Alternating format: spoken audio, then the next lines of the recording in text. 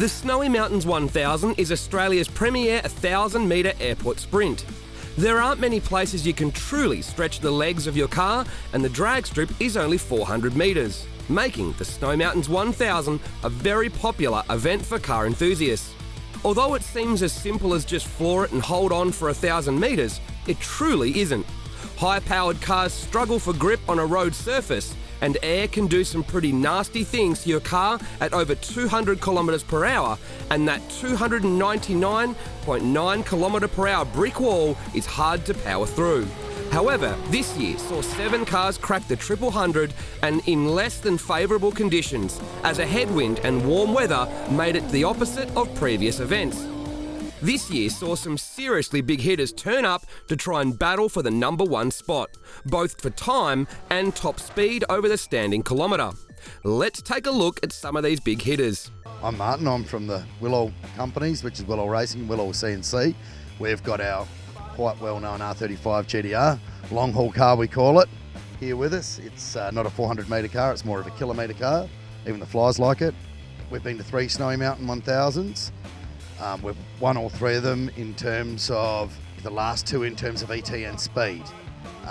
This weekend we're not really interested in the ET side of it, we're just going to trying to break 330 kilometres an hour. There's no point in rocking up to an event with a bunch of stock VY Commodores and blowing them away in a GTR. That's expected.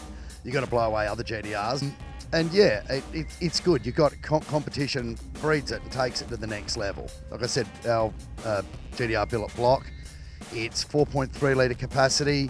We're using a rotating assembly and turbocharger system from our friends in the US, Extreme Turbo Systems, who we also have as a distributor over there. Power's hard to measure. We dyno it in rear-wheel drive, and traction can be a bit of a problem, but we kind of strap it pretty tight. So we're talking today about 1,600 wheel horsepower with the option to push higher if need be. No, we're all in for the first run. We're just going to roll off the line though. We'll see what traction we get. Don't want to risk banging something off the line at early days, but we intend, we've got the thing full power. We might only get 1 run, so you might as well make the most of it.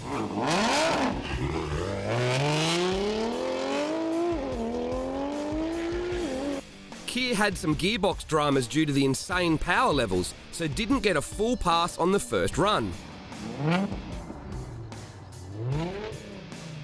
Meanwhile, Chris Thompson's R35, also worked on by Willow Racing and tuned by Mercury Motorsport, did get a full pass and went a stonking 326 kilometres per hour.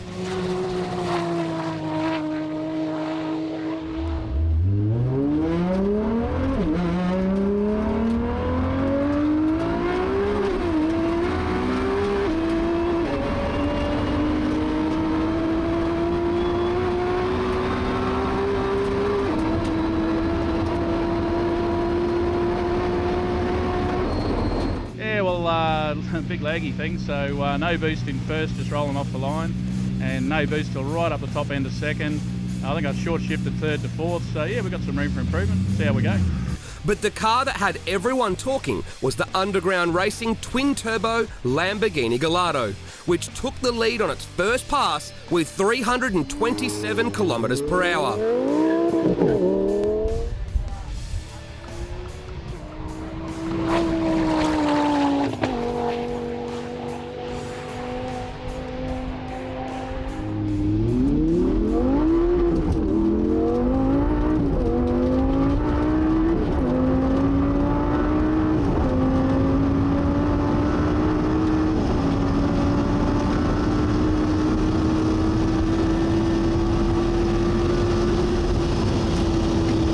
Okay, it's a 2011 Lamborghini. It's got an Underground Racing Stage 3 with race heads upgrade on it. Does 1275 at the wheels on race gas, which I'm running 109 now. On 98 octane, it's only 1150 at the wheels, but normally I drive around the street in valet mode, which is 800 at the wheels, and it's certified and inspected and legal for that tune. 327.3 mile Ks. No, I was actually, with my gearing, I was on the rev limiter in 6th gear at the finish mark, so I probably can't go much faster than 320.7. Oh yeah, I'm from Perth, West Australia. I drove over here, it's about 3,500 K, and car went well. Of course, it is an Audi after all. Audi own Lamborghini, as you know. And the reason I came to Snowy. I wanted to come a couple of years ago, but had some clutch problems. But this time around, the car's running fine, and I'm on my way to Melbourne tomorrow to go on a tour around Tasmania with the wife for a couple of weeks. With the gauntlet laid down after the first round, things got turned up for round two.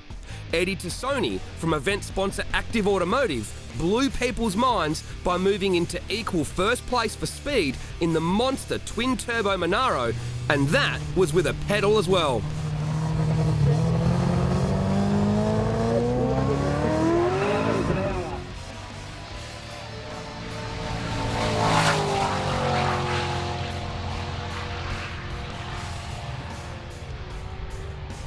Willow Racing turned the power down on their second pass to try and get some runs on the board.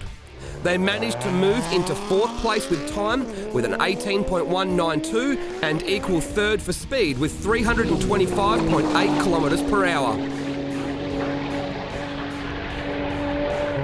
But the car that had our attention was Jamie Heritage's simply mental Toyota Celica, which went 17.5, then 17.6 and hit 311 kilometres per hour. We had to take a closer look. So Jamie Heritage is my name. It's a TA22 Celica 1971. This will be my fourth year here at Snowy. It's a little Lexus 4 litre Toyota. It's running a GTX 45. All custom built, like 4-into-1s, exhaust leading to it. We've got Nissan GTR drivelines in it, R34 gear sets in R33 diffs basically.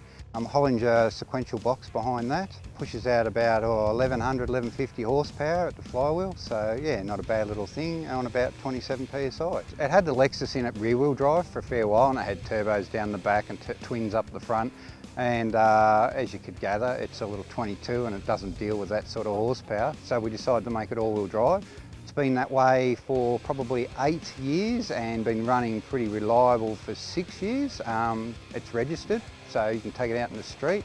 Been registered for 6 years, so there you go. Last year it ran a 17.2 at 311.7. This year it's ran 17.6 at 311.7, work that out.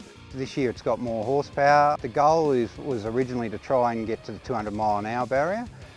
We'll see, we've got 50 kPa up our sleeve yet, which we haven't dialed in. We just thought we'd tread slowly. Yeah, a lot do freak out and a lot start crawling all over it. More so, it's quite surprising the first time you launch it and people haven't seen it, then next thing you've got everyone around it who hasn't seen it. So it's quite quick out of the gates because it's quite light still. It's not the weight of a GTR, it's 1300 with me in it, so you can imagine it gets off the mark pretty well, yeah.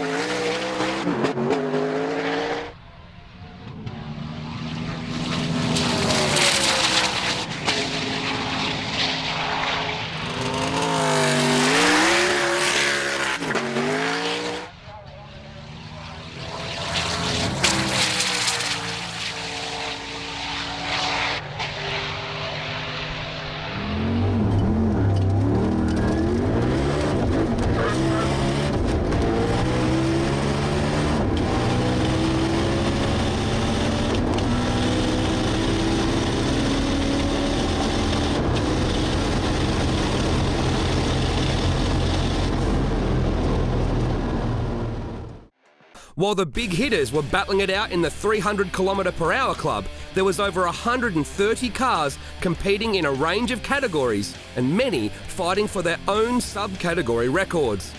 The variety of cars was truly astonishing, and everyone was having a good time.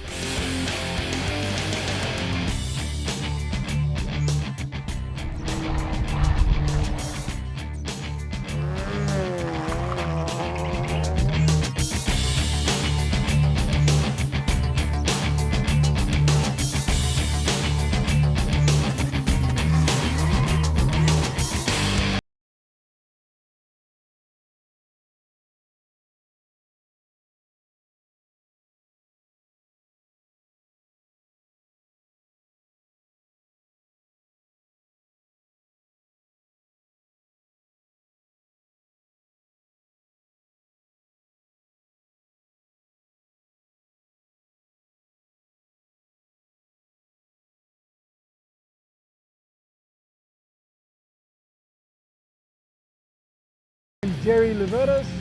This is my second Snowy. Got an LX77 hatchback SS Tirana with a nice 5 litre. It's about 670 horses at the fly, 490 foot-pound of torque. I've got a top loader, 9-inch, which doesn't match, but doesn't matter. And my best time is 22.2 at about 234.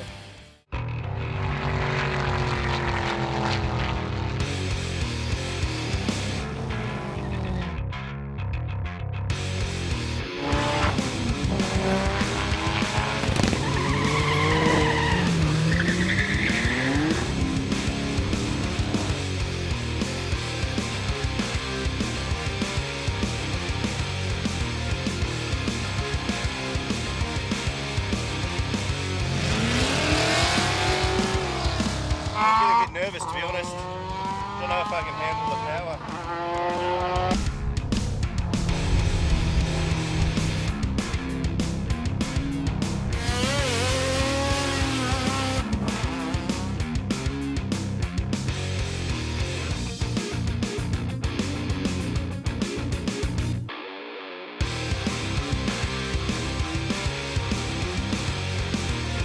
With everything from weird to wonderful and street car to race car, there really was something for everyone. Even a pro-class time attack car.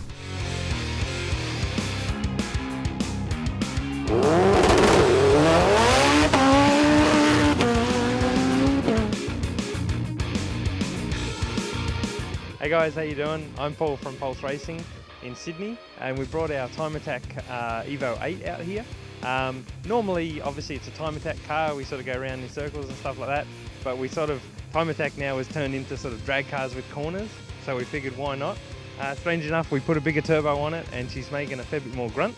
Yeah, hopefully, fingers crossed, we do really well. And, you know, I think she might do some smoky burnouts because we're still on time attack sort of wheel alignment setup. So, but yeah, it should be good fun. And we'll put on the show for the fans.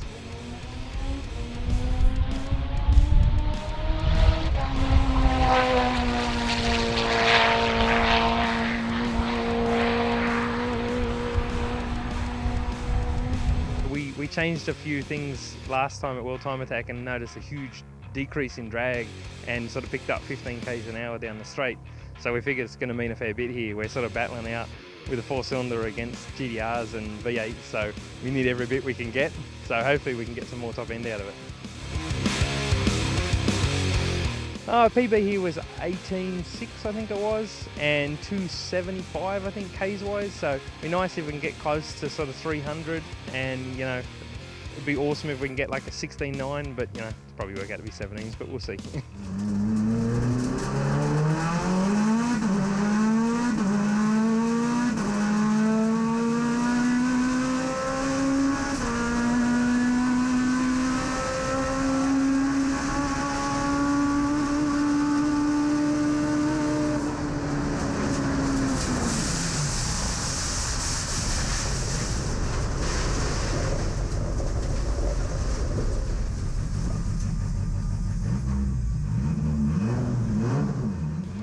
Some genius in their right mind decided, let's take some rear wing out of the car because we'll get some more rear, some more top end speed. But it kind of worked out that way. But then in the braking area, because we still got a lot of front aero, the car basically just pitched on me pretty much at 290, and I think I went off in the grass at about 220. It just pretty much put me in a spin, which is not ideal. But you know, at the end of the day, we flat spotted some tyres and somehow, some odd reason, lost the taillight, which I'm not really sure how that even happened. But anyway, we're all good. We're in. It is an Evo. Yeah, well, that's it. They drive along and taillights for. Yeah, pretty much. I could unplug the connector and everything, then you break the wire. The Pulse Evo ended up taking out quickest 4-cylinder and retains its national record. Another 4-cylinder making waves, but this one, being a full street car, was the Willow Racing WRX STI.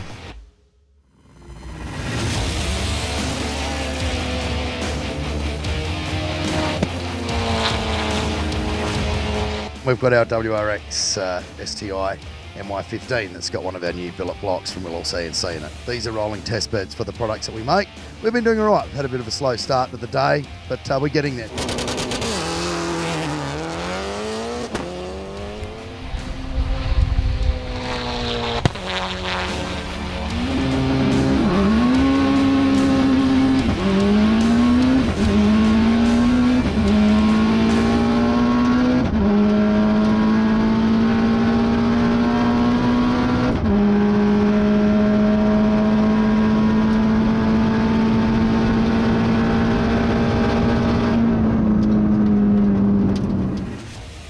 GTI ended up taking 7th place for time. Impressive stuff.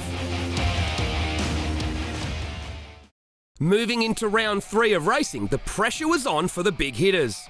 Kia Wilson had dramas again with the gearbox not shifting due to the power turned back up and didn't get a full run.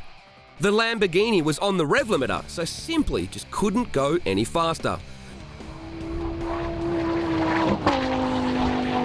But that's okay. Everyone was just happy to hear and see it fly by. Matthew Davis in the gem-tuned R32 GTR had some more power this year and a PPG sequential transmission. He had his eye firmly set on hitting 200 miles per hour, and that he did, going 322.9 kilometres per hour on his 3rd run. This run also saw his best for time, with a 17.737, moving him into 3rd for time and 5th for speed. Eddie Tassoni was keen to go even faster on this run, but another pedal meant he could only match his 327 kilometres per hour.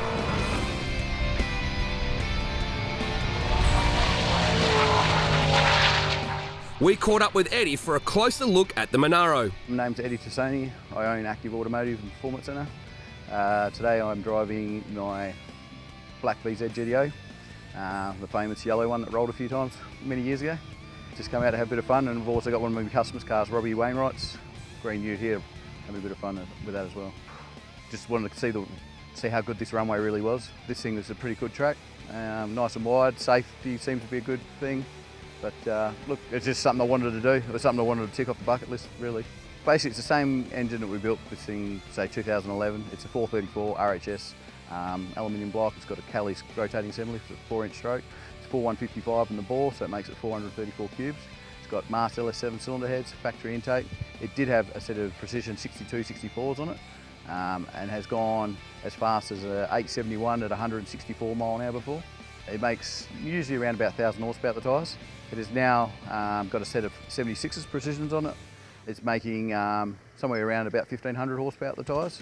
Haven't driven it on the street to test it. Our first drive totally was yesterday for the first time. It was actually that lean I couldn't even drive it in the container the other day. So look, the thing's got plenty left in it, but didn't come here to win, just came here to have some fun.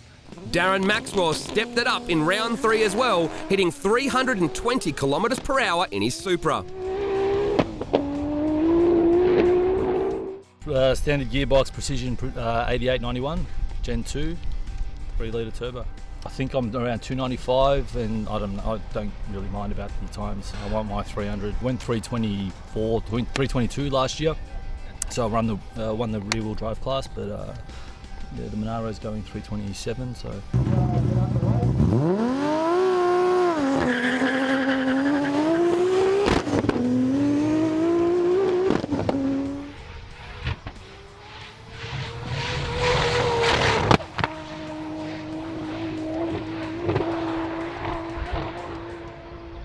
Chris Thompson stole the show though in round 3, hitting 331.8 kilometres per hour in 16.558 seconds, putting him in the lead for both time and speed.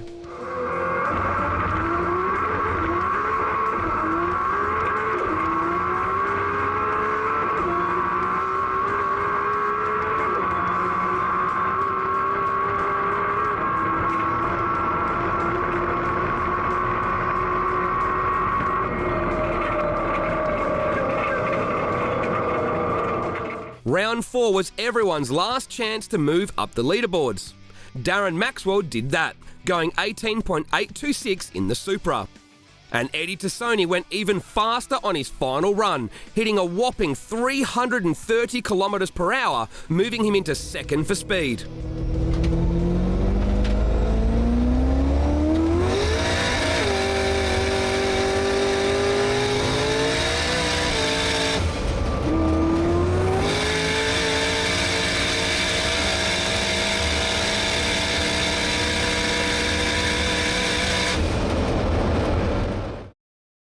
Kia Wilson tried a different approach for his final pass. Don't really know. We're having trouble with it changing gears. It keeps going into limp mode because of clutch slip, we believe. We've changed a few settings now and we're hoping it's going to work. It's a bit of a problem because you have to do a test run to work it out.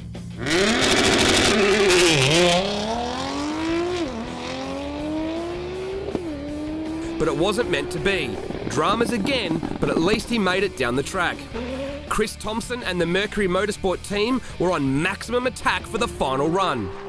Chris went 16.558 and a monster 336.4 kilometres per hour to take the win in both time and speed, as well as reset the Australian national record for both as well.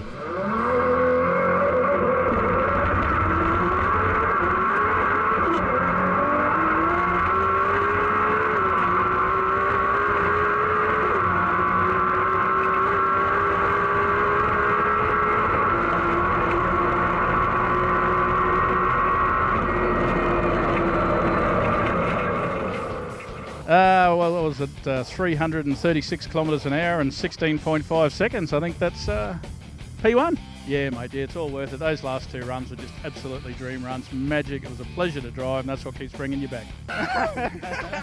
Well done, buddy. Thanks, mate. Yeah, great, mate. Just a lot of hard work's gone into this.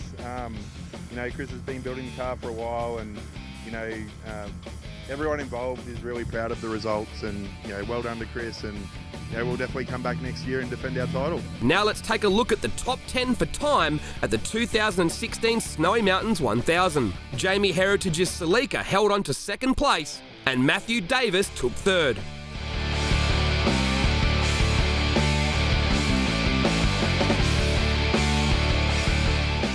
And here is the top 10 for speed. Eddie Tassoni might have just missed out on top 10 for time, but took second for speed and fastest two-wheel drive. John in the Lambo held on to third place. Keir Wilson took fourth, and Matthew Davis took fifth. Rob's FPV GTP and Rob Wainwright's twin-turbo Maloo didn't have the times for top 10, but had the power to make top 10 for speed.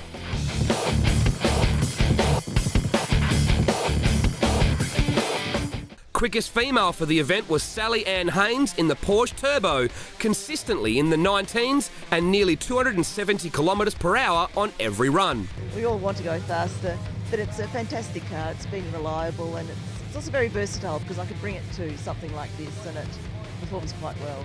It won't play on the dyno, unfortunately. It's four-wheel drive and something to do with its computer, so we're not quite sure. It could be probably high 600 horsepower. It's been lowered, had an ECU tune, various other bits and pieces. It's got the stock engine though and the stock turbos.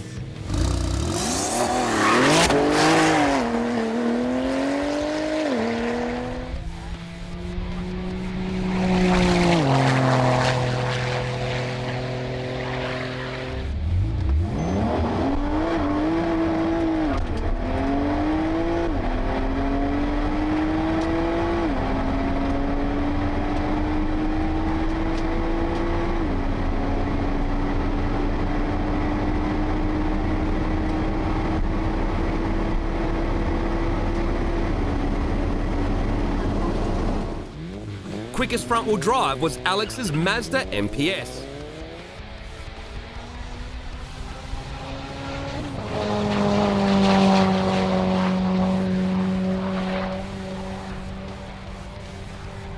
And here is how the rest of the categories looked.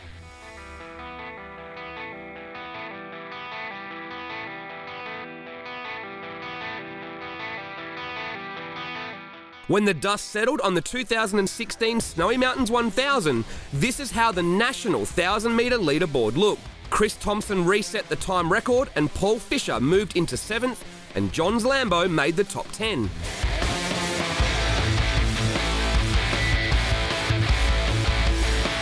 For speed, Chris Thompson moved into 1st in the R35. John moved into 4th in the Lambo, and Matthew Davis moved into 5th. Jamie Heritage also moved up the rankings into 9th. The entire top 10 is now over 310 kilometres per hour. 2017 is looking to be tough, but no doubt the action will be even fiercer again. Keep your eye on the website for dates. SnowyMountains1000.com.au